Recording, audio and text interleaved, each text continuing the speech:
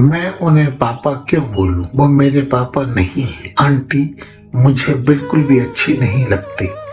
आप उन्हें मम्मी क्यों बनाना चाहते हैं? जाने कितने बच्चों के टूटे दिलों में ऐसे विचार उमड़ते घुमड़ते रहते हैं। जब उनके माता या पिता किसी और से शादी करने का फैसला करते हैं, अपने माता या पिता के साथ किसी और को बच्चे बर्दाश्त नहीं कर पाते, लेकिन बच्चों के इन ख्यालों व जज्बातों को उनके माता पिता भला कहाँ समझ पाते हैं। हमारे समाज में विवाह स्त्री पुरुष का मिलन कहलाता है, जो जीवन भर स्थायी बना रहता है। विवाह की रस्में निभाते समय पंडित वर वधू को एक रोटी देकर कहता है, यह रोटी लो और दोनों मिलकर इसे खाओ।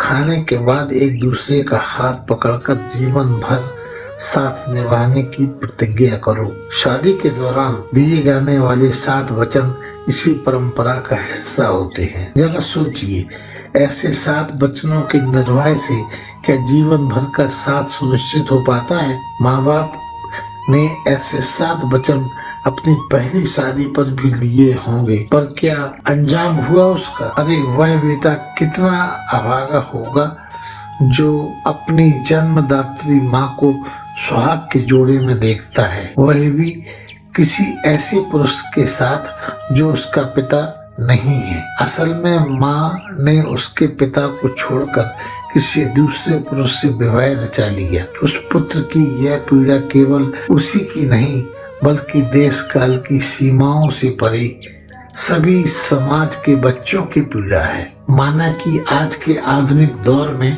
अफेयर होना एक आम बात हो गई है।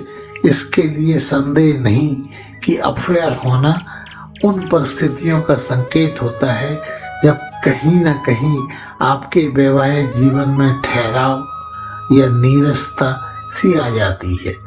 इसके पीछे आर्थिक, शारीरिक या भावनात्मक कारण भी हो सकते हैं और फिर तलाकशुदा शख्स की जिंदगी में अफेयर कुछ अधिक ही देखने को मिलते हैं। वैसे भी जो साथी जा चुका है, उसके जाने का गम या उसे भूलने की कोशिश पर एक नए साथी की तलाश का कारण बन जाए तो कोई आश्चर्य की बात नहीं है। यहीं से शुरू होता है अफेयर। माना कि मैं और मेरी जिंदगी जीने के बीच ना जाने कब अपने बच्चों की महत्ता कम हो जाती है। आपने बच्चों की जिंदगी में नए पापा या नई मम्मी लाने की कोशिशों की ओर बढ़ते समय आप यह भी जरूर सोचें कि आपके बच्चे अपने माँ बाप के अफेयर को किस नजरिए से देखते हैं। माँ बाप के अफेयर को बच्चे सहजता से लेते हैं, ऐसा आमतौर पर लोग तर्क देते हैं। उनका कहना होता है कि उनके बच्चे समझदार हैं और माँ बाप अगर दोनों अपनी जिंदगी अपने तरीके से जिए तो बच्चों को कोई ऐतराज भी नहीं होगा। नए जीवन साथी की तलाश बच्चों की मौजूदगी में होती है। माँ की जिंदगी में जब नया पुरुष आता है तो माँ को बाल रंगता देख, जिम जाने के लिए जल्दी तैयार होते देख बच्चे को कुछ अजीब सा लगना स्वाभाविक है। माँ की अपनी उम्र घटाने की कोशिशें इस बात को रेखांकित करती हैं कि पापा को यह बता दिया जाए कि तुम ही नहीं हो जो दूसरा विवाह कर सकते हो, मैं भी किसी प्रकार से कम नहीं। दूसरी ओर 50 वर्ष के पापा जब दूसरी शादी कर नई गृहस्थी बसा लेते हैं तो जवान होती बेटी को अपने बाप से मिलने के लिए नई माँ की अनुमति लेनी पड़ती है। पापा को फोन करने की वजह भी जब नई माँ से बताने पड़े, बेटी के दिल पर क्या बीतती होगी, कभी सोच कर तो देखें। ऐसे में क्या यह नहीं लगता कि जिस उम्र में माँ बाप को अपने बच्चों की शादी की चिंता करनी चाहिए, उस उम्र में वे सौतेली माँ या बाप सामने लाकर अपना हनीमून मनाने जैसी हरकतें कैसे स्वीकार कर सकते हैं। सौतेली माँ के सामने जवान बेटी से पिता बहुत मुश्किल से ही सहज हो पाते हैं, ऐसा मनोवैज्ञानिकों का कहना है। बच्चियां माँ की सौत होती हैं और यह सौतेली माँ की स्थिति में कुछ ज्यादा ही सही होता है। जब बच्ची यह जानती हो कि उसके पिता ने उसकी माँ को छोड़कर दूसरा विवाह किया है तो वह उस नई माँ से ईर्ष्या करने लगती है, भले ही पिता उसे नई माँ से समझौता करने की हिदायतें देते हों। ऐसे बच्चे अपने नए माँ बाप को तंग करने की कोशिश करें तो आश्चर्य नहीं करना चाहिए, क्योंकि जब बच्चे बड़े हों तो उन्हें सिर्फ बातों से बहलाया नहीं जा सकता।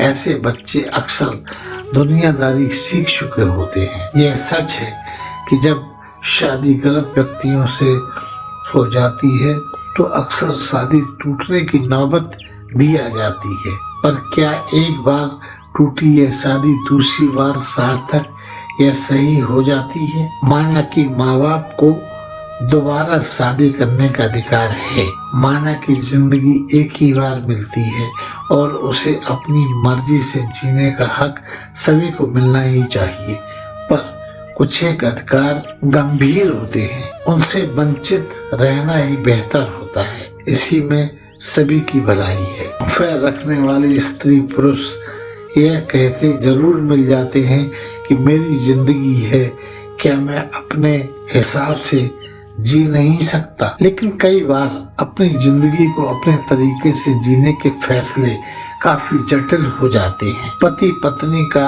अलग अलग लोगों से शादी कर नई गृहस्थियां बसा लेना उनके लिए भले ही अच्छा हो, लेकिन उनका अपनी अपनी जिद पर बने रहना और बच्चों की परवाह न करना, उनके माँ बाप के रूप में अपनी जिम्मेवारी से भागना है। माँ बाप के झगड़े में बच्चों का नुकसान ही होता है। जब उन्हें कोई देखने वाला ना हो तो वे नशीले पदार्थों का सेवन, गलत रास्तों पर आगे बढ़ना, नाजायज संबंध बनाना, उन संबंधों से कभी हत्या तो कभी आत्महत्या से छुटकारा पाना या फिर अपराधी बन जाना बच्चों के लिए कोई बड़ी बात नहीं है। पति पत्नी भले ही अपने नए साथी के साथ तालमेल बैठा लें, लेकिन बच्चों के लिए ऐसा करना मुश्किल ही नहीं, नामुमकिन सा हो जाता है। पति पत्नी के रिश्ते में बच्चों की